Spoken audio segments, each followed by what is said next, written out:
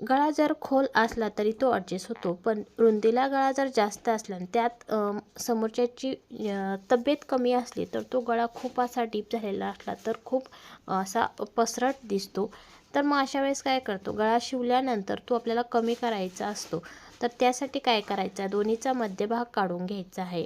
दोन्ही जे गळ्याचा तो मध्यभाग आहे तो काढून घ्यायचा आहे अगोदर.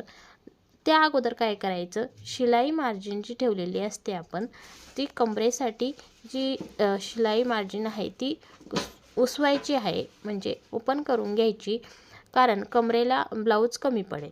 मग या ठिकाणी तुम्ही अर्धा इंच, 1 इंच, 2 इंच तुमच्या पद्धतीने तुम्हाला जितका लागत असेल तितकी अशी शिलाई मारून घ्यायची आणि नंतर त्याला असा दाब द्यायचा आहे वरच्या बाजूला.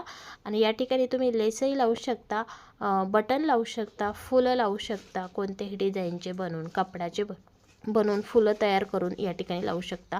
अशी वरच्या बाजूनेच असं प्रेस करून तुम्ही शिलाई मारून घ्यायची आहे.